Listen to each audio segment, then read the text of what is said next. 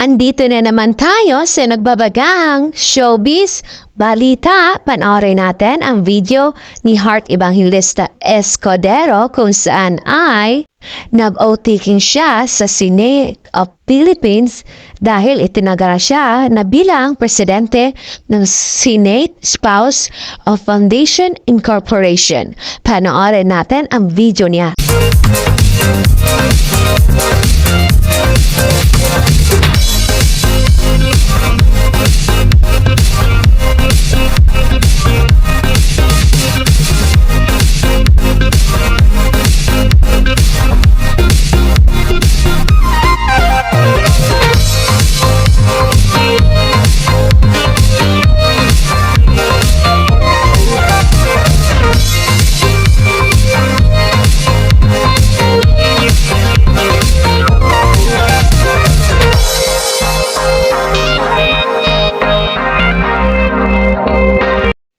Nag-upload si Heart Evangelista sa kanyang IG story kung saan ibinahagi niya sa kanyang mga fans ang pagiging president niya sa Senate Spouse Foundation of Incorporation bago siyang itinaga bilang presidente.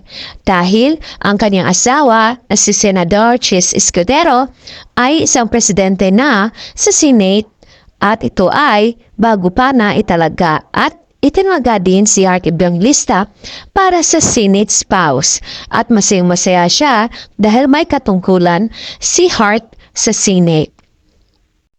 Panoorin natin ang kabuuan na nasabing pictures at video sa nasabing event nila at huwag kalimutan maglagay ng komento dito.